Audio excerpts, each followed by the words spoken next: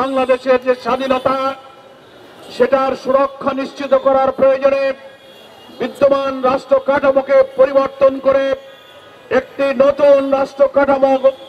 প্রস্তুত করার জন্য ফ্যাসিবাদ বিরোধী আন্দোলনের রাজপথে আমরা যারা ছিলাম সকল রাজনৈতিক দল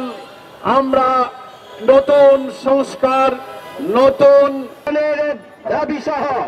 5 দফা দাবি আদায়ের লক্ষ্যে আজকে ধারাবাহিকভাবে